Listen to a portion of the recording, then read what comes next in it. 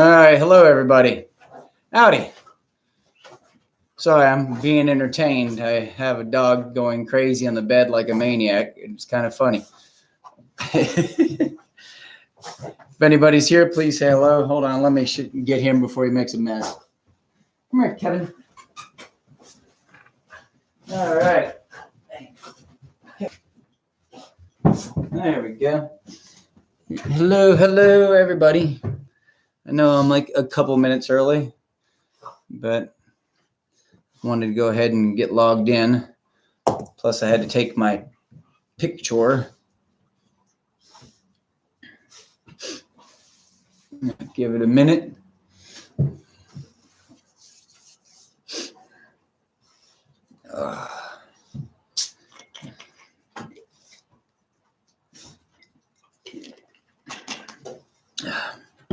All right, I see I got one person.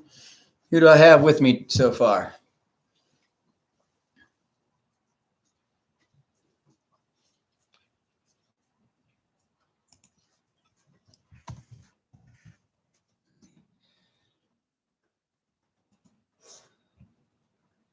Hey, Amanda, how you doing?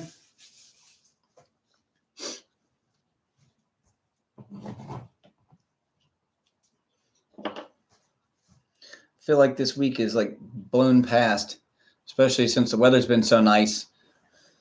It just, I don't know, feels like it's been crazy. Just last couple of days have gone by so quick.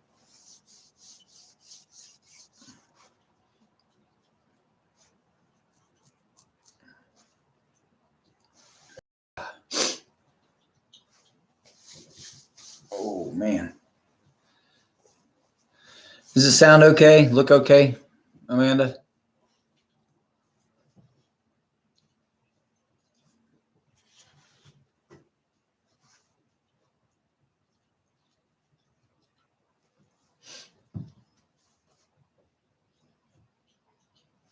Oh, I bet. Probably keeping you busy, huh? Good. Got the windows open. It's been so nice today. Took the plants outside, put them on the front porch so they could get some actual air and good sunlight. I had to close one window. Hopefully I can keep the other one open so I don't get too hot. But dogs are running around playing outside, and all you would have heard is bark, bark, bark, bark, bark, and them going crazy. So I had to close up one of the windows. All right.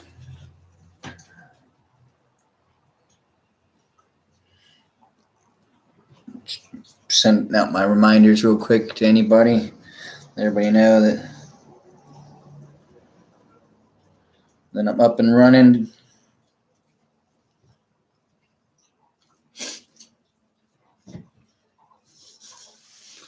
We'll give it, yeah, it's not even 6 o'clock yet. Okay. I just wanted to get on a little bit earlier last week. I felt a little rushed. I couldn't get myself anything uploaded. So, yes. Hashtag dog trainer life for sure. So you're official now.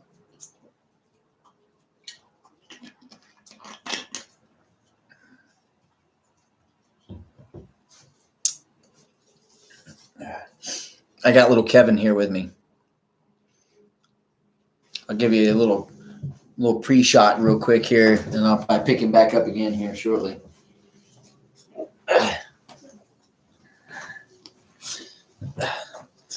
He's wanting his Kong probably. But hello, Kevin.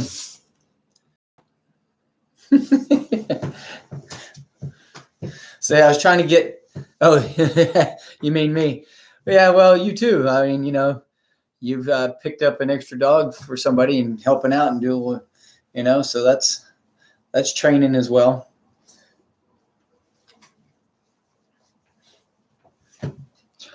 Yeah, I wish when I held him up just then and he was looking so straight up and forward, he would have done that for the picture. I had to take 27 shots with the camera to even try to get him to where he was either holding still or was even looking toward the camera in any way.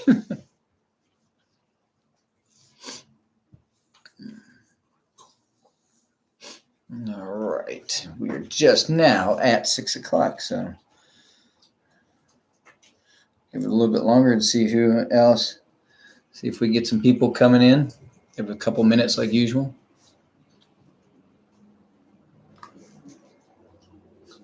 Yeah, he's something else. He's a little maniac.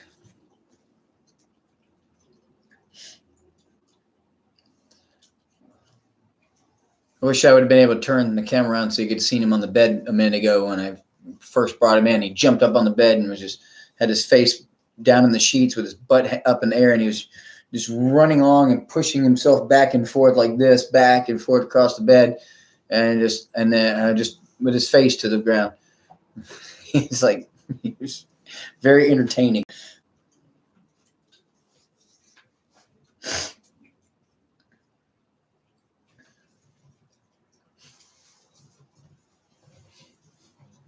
How's Jessica doing, by the way?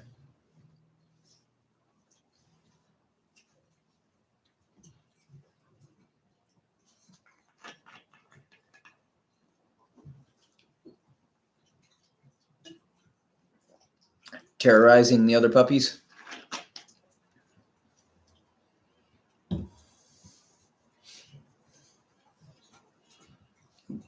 Nope.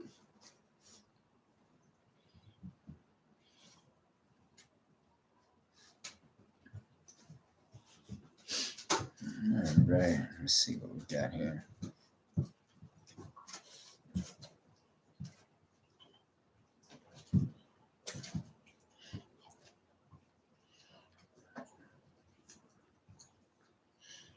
Hopefully we got a good connection. I know last week a couple people said they lost connection. I don't know if it's just because everybody was on the internet or what.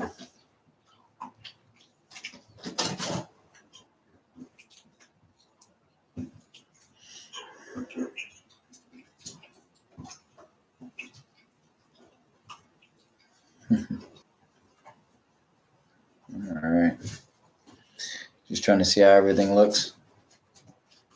It's kind of funny when you watch yourself on here from your phone. It's delayed, so I can look back and forth and see myself bouncing around.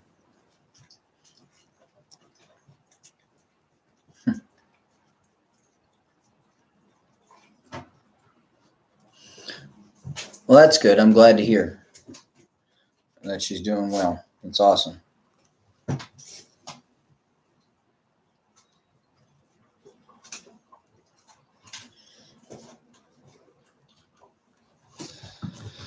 All right, we'll give it a couple more minutes and see what we got.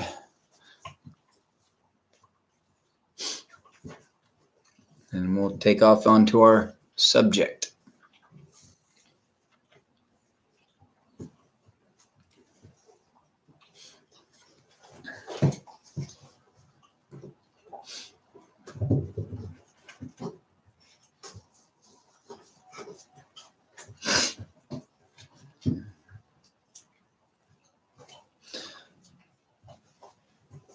Is she terrorizing everybody? And you're definitely going to have to bring her out at some point in time.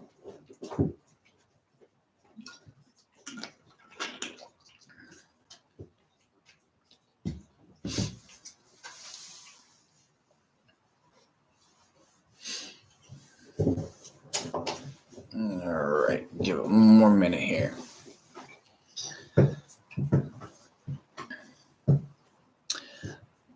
All righty, we'll go ahead and get started. So today's topic is rehoming your dog. Does this make you a bad person? First of all, this is just my opinion on the subject. Just my point of view from what I've seen and what I think. Having talked to so many people over the last 20 plus years while I've been doing this, dealing with shelters, things of that nature. Just to give up a dog, how bad they feel, and sometimes how bad other people make them feel. Even people they're who are willing to adopt them, or shelters who are willing to take them from people and say they will take them.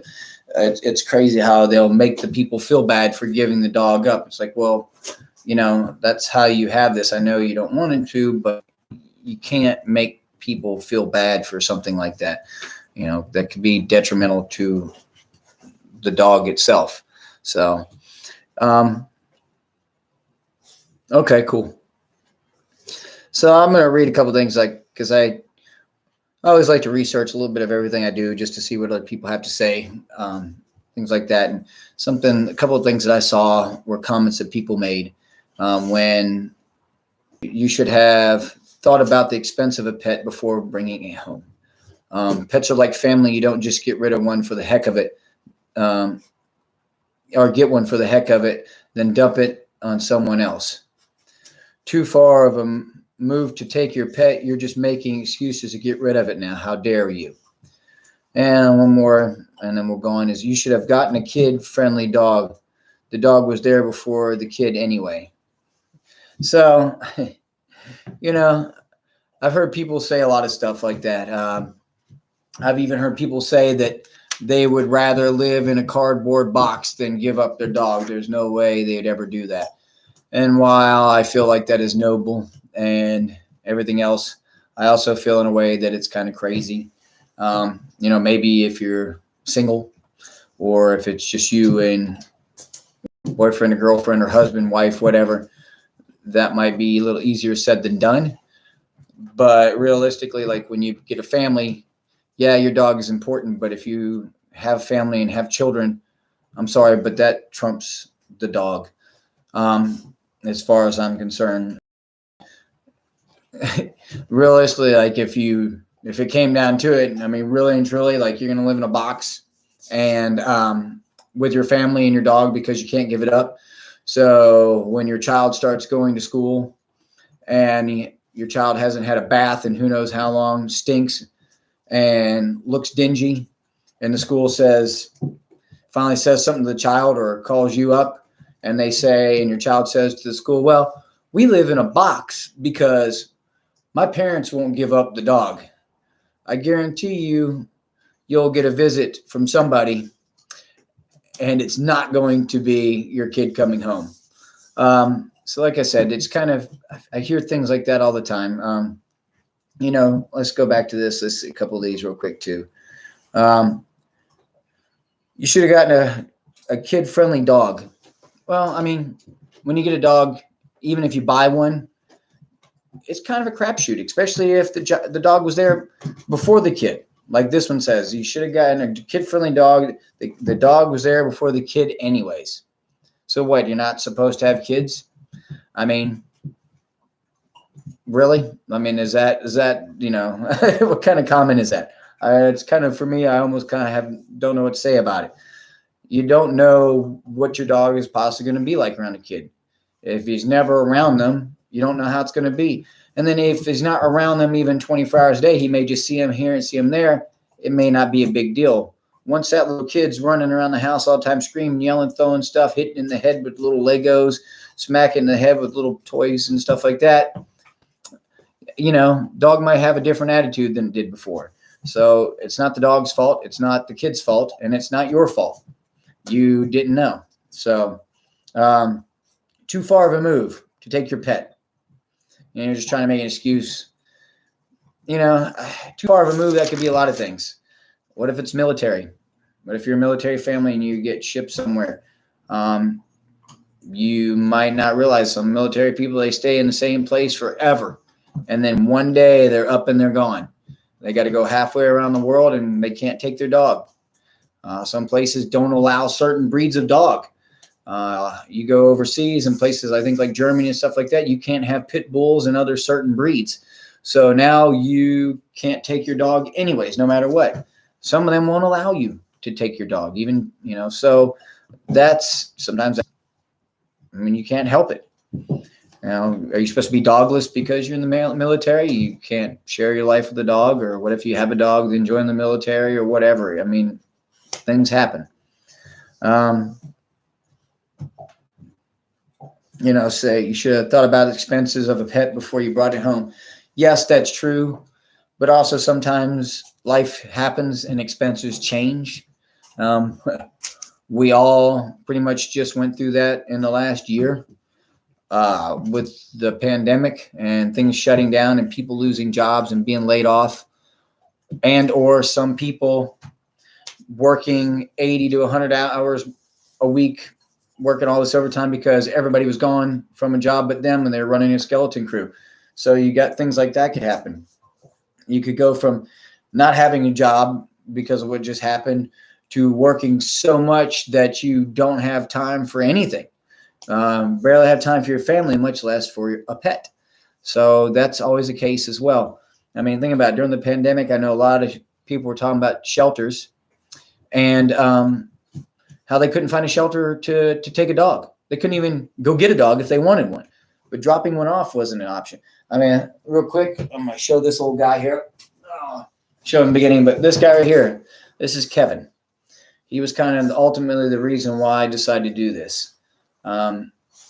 Kevin was with the family, nice family, husband, wife, 5-year-old kid, and he just didn't fit in the household.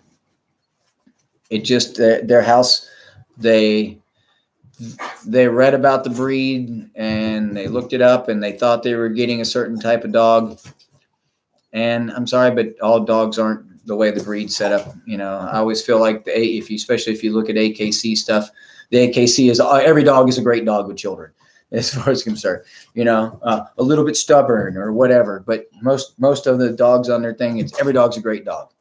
Well, he's not a bad dog, but he's a lot of energy, and that's not what they were needing. The lady worked for home, but her job was very, very demanding. Her child was also, it's 5, was demanding. And then the husband, he worked like crazy as well when this all happened. They thought they were getting something and they didn't. They didn't get what they thought. They contacted me. I did an evaluation. They left the dog with me for a week to evaluate and to do some light training on. And her and I talked probably for a good 2, maybe 3 weeks about the situation. And ultimately she decided to give him up and sign him over. He came to us. Like I said, it's not that they were mean or bad or anything like that. As far as I'm concerned, it was not what they thought. It happens sometimes, so things like that happen. So, but it's Kevin who pretty much did this, because it seems like here lately, and I don't know if it's because of the pandemic and because things were closed, I seem to be getting more calls about rehoming dogs in a short period of time than usual. So that's why I kind of decided to do this. One of the things too is,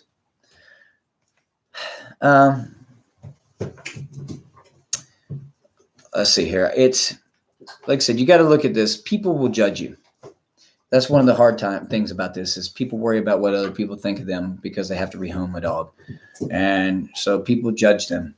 Like I said, I just read off a few things, but they think they're evil. They think they're bad. That they're irresponsible, and I'm not saying that there aren't some people that are irresponsible. They just go out and get one, and then they're like, holy crap, this is not what I should have got. It was just a maneuver to all of a sudden just decide to do it, and that's not always a good thing. But I always try to tell people, it's your life, not theirs. I'm sorry, but hey, Chris, how you doing? It's your life, not theirs. They're not the ones that have to deal with this for the rest of the dog's life or anything like that, or deal with what's going on. Nobody's life is the same. So I'm sorry, but if they judge you, you can't go by, you can't let that bother you. You just can't, because like I said, it's your life, not theirs. If they want it, then they can adopt a dog from you. if it's such a bad thing to let it go, then maybe they should adopt it. So, like I said, there's some reasons why. Like I said, that happen. Like I talked about the pandemic, having a baby. That was one of the things I said. Having a baby. You have a baby, things change. Money changes. Babies come around on an accident. It happens. Like I said, jobs change. They come, they go. Especially if they go. I mean, if you can barely take care of yourself and your family, then why put that extra stress of trying to figure out what to do with the dog as well? So sometimes it's just better. If I can't barely provide for my family, I'm sure as heck not going to keep an added extra mouth to feed and really struggle. So, or even health. Health can be something. Your health or somebody in your family's health. What if somebody gets really sick or you get really sick and you can't take care of the dog? That's another reason why. So, just things of that nature. I tell people that it's better to find the dog a good home than to stuff it in the backyard or in a crate for the rest of its life just because you feel bad and don't want to rehome it because you're worried about what people will think of you, or because you think you failed and so you don't want to do it. Because to me, that's selfish. You got to look at what's best for the dog.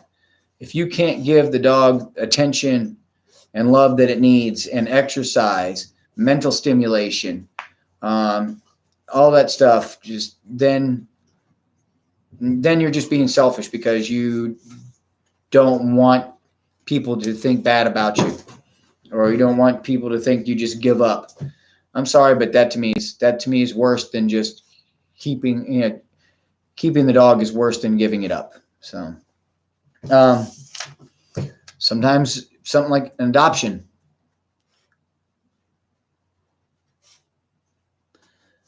Thank you. I appreciate it. Oh, Kevin's coming to see me on the table. That's because I feel for people. I understand. Sorry, Kevin just jumped in the table. But the reason why is because people, it breaks my heart. Some of these people are crying. I've had men cry because they've had to give up their friend. Or, these are animals that you take into your life and you have to care for them. And they depend on you.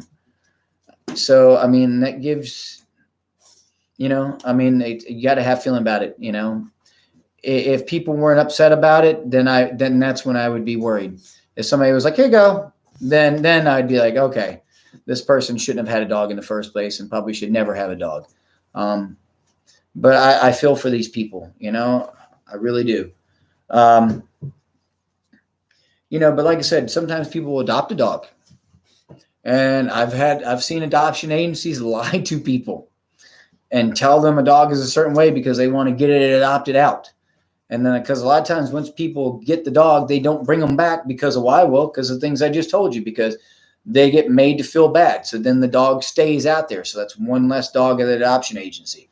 I've literally seen that happen. Or you get the dog and you've had it for a little while and the temperament just is not a good temperament, and even if the adoption place didn't lie to you or if you bought them, sometimes they change as they get older, their temperaments can change. So that could be an issue as well. So you may get a dog and as a puppy, it seems to be okay and everything's fine. But as it gets a little older, it's really not that fine. It turns out to have some problems. So you got to, hello, Kevin. He just came across the table, as everybody can see. And there we go. So, the fun part of doing live feed with an animal running loose. Another thing, too, you got to think of is, like I said, what's best for the dog? What is best for this dog? If you've tried training and you've talked to different people and you've given it a shot. No, Kevin's a pug mix. Hold on a second. I'll try to put him up here again. He is a pug mix with a bow tie. He's very straight-laced. He said he wants to be a tax adjuster or an accountant or work for the IRS when he gets older. So, but so yeah. But like I said, you gotta do what's best for the dog.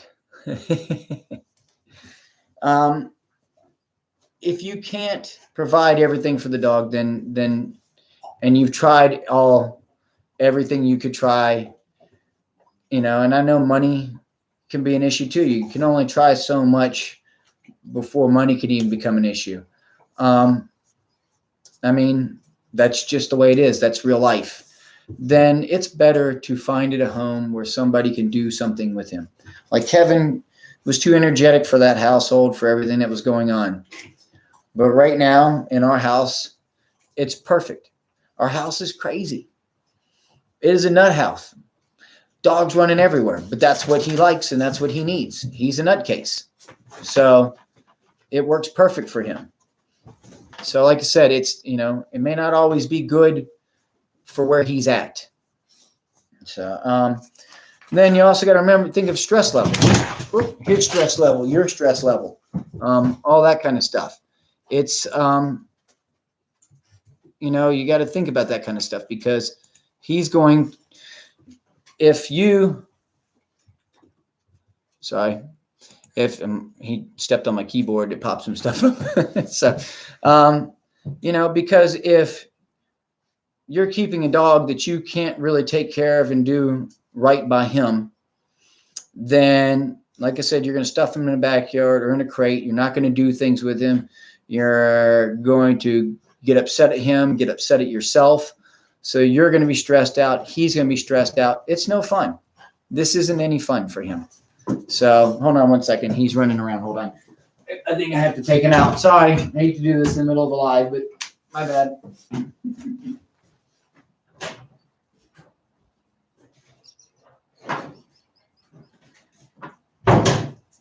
All right. I'm back. Sorry about that. So anyways, but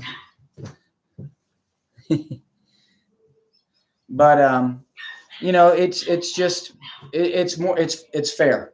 It's what's fair to the dog. This isn't about you. This is about the dog. What's fair for the dog is what it really comes down to. So, I mean, like I said, it's just the way it is. I mean, this is my opinion. Like I said, this is just my opinion. This is, but I have this because of after talking to people for so long.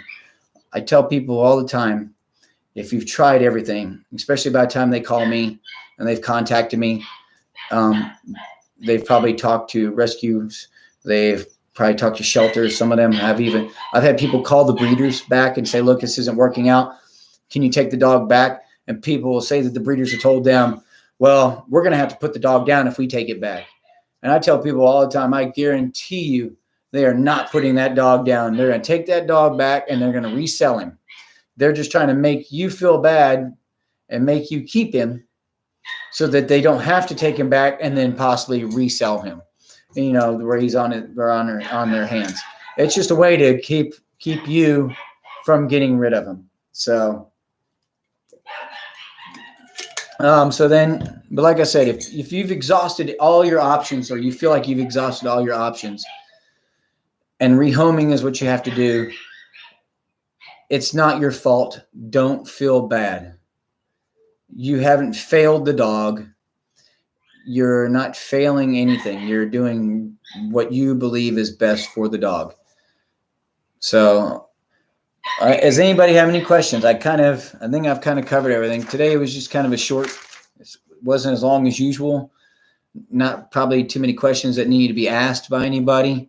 Like I said, I just felt like this was a topic that I wanted to talk about because of Kevin, ultimately, and that before we ended up with him, I actually talked to several people about rehoming over this last year period, about rehoming dogs because they had issues, or because of problems that happened at home. Um, I had one person who had been training with me for a while because their dog had some behavioral problems, and it turned out that even with the training, they couldn't control him. He was too big and too powerful of a dog for them, and they ended up becoming afraid of their own dog, which that can't happen. How can you have a household where you're afraid of your own dog? You can't. I mean, then you can't do anything with him. He runs the house, and that's not how that goes. You shouldn't be afraid of your own dog. So if your own dog is scaring you, then that's an issue.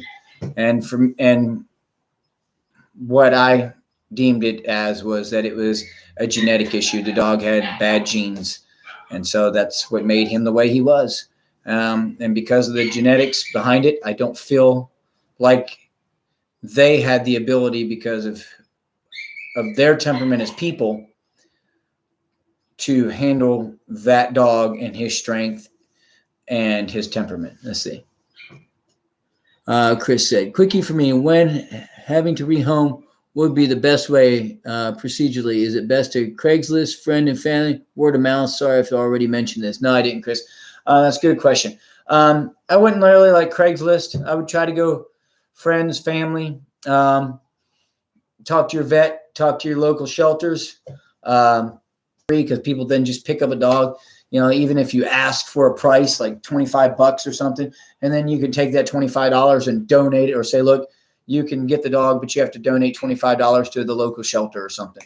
But sometimes it's hard to get people to even give a little bit of money. But sometimes if people are willing to donate some money or give money for it, then they're going to think about it, even if it's just a little bit of money. Like, it doesn't need to go to your pocket so they think you're just trying to sell the dog. You can tell them to donate it directly to the shelter. So those are some options. So, yeah, like I said, it's just because if you ask for money, then they may think you're just trying to sell this dog, and in which case it just makes you look like an ass. So, and then with that being said, just because you have to rehome a dog at some point in time doesn't mean that you don't deserve or shouldn't get a dog sometime in the future. Things change. Life changes. Things get better. You learn things. You get the dog, you're like, yeah, maybe I should research a little bit more or do something a little different. Maybe, maybe this crazy energetic Malinois was not the best thing for my house because I barely like to go and do stuff. I should have maybe had a Basset Hound. So next time around, you go get something that likes to hang out and sleep and will want to go for the occasional walk with you. Not the crazy maniac dog that you see bouncing off the walls and stuff like that. So, I mean, like I said, just because you have to do it now doesn't mean you don't deserve a dog later on. Just think a little bit more, do a little bit more research, and remember. I had a dog that when I was in Texas training down there, the facility I was at, everybody there trained a dog. They were all from different shelters, and everybody trained a dog. And then at the end of your time there at the facility, you could either adopt the dog, or the dog was up for adoption, and it would have obedience and whatever training you put on it. So I ended up having this one dog, Tenchi. Really sweet dog, very smart, loved to be around people. Well, I trained him, and then I eventually adopted him. I had him for a couple of years. He was completely off-leash trained. He was great at agility. He liked to go and run and do stuff outside. I had him for a few years. I was working for a friend at the time, and a client's dog had died. It was an elderly dog. It just passed away from old age. And they came to talk to us about getting a dog. They wanted a dog for their young teenage daughter, like 13 years old or so, somewhere around in there. And we got talking to them. And while we were talking to them, I had Tenchi outside, and she was petting on him and loving on him. And I instantly just saw that link between the two of them. And he went home with them. You know, it was sad. I was sad. You know, I think about it now and it makes me sad because he was such a great dog. But he wanted to be the only dog. I mean, he dealt with all the other craziness going on, but he wanted to be the only dog. And I've always had multiple dogs. He was going to a home where this little girl, she wanted to do agility. That was one of the things they had talked about doing. So she was getting a dog that was already fully off-leash trained. He knew agility, great temperament. And to me, even though I loved him and I wanted to keep him, to me, holding him would have been kind of selfish.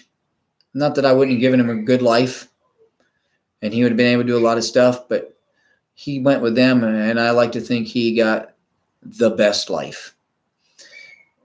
He did agility. He had one owner.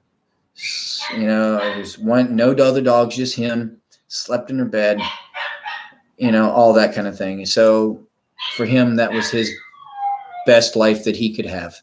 Like I said, I you know, it makes me sad thinking about it now because he was such a sweet dog. But I believe I did the best for him at the time. You know, there's people that go, I can't believe you'd give up your dog that you trained. But like I said, yeah, but when he saw her and she saw him, I saw that instant connection. He was no longer my dog. He was her dog. So, you know, sometimes rehoming isn't because they did something wrong or something bad's happening in life. Sometimes rehoming is because they're really better off in that home than they are even in your home, even if it was a good home. So, anybody got any questions about anything? Like I said, this one, I don't think this was really a one where too many questions were probably needed or anything like that. It just, you know, it was more of a topic that I wanted to talk about because I felt like it needed to be covered. Just because of everything that's been going on with people's lives and things changing and you know, people losing jobs and having to have gotten rid of dogs and everything else. This was something that I felt. So, all right. So I think that brings me to an end. That's all I can think about that I had on my list at the moment. So like I said, please, as always, I want to thank everybody for being here, but also please like, subscribe, share to people so I can get some more people on here and I can talk dog to more people. You know, and I can try to help or do the best I can to help more people. That would be great. Thank you very much. But if nobody's got any other questions, you know, like I said, it's every Wednesday, 6 o'clock. If you can think of a topic you would love me to discuss, please message me. I will, you know, be happy to cover it. This is kind of what I'm really originally wanted this for, is to cover topics that people would like cover topics that people have questions about. So, you know, so that's why I kind of really started doing this, is just to kind of get what I have learned out there to other people and try to help people the best I can. So, but like I said, again, please, you know, come and see me every Wednesday. And I really want to thank everybody for being here.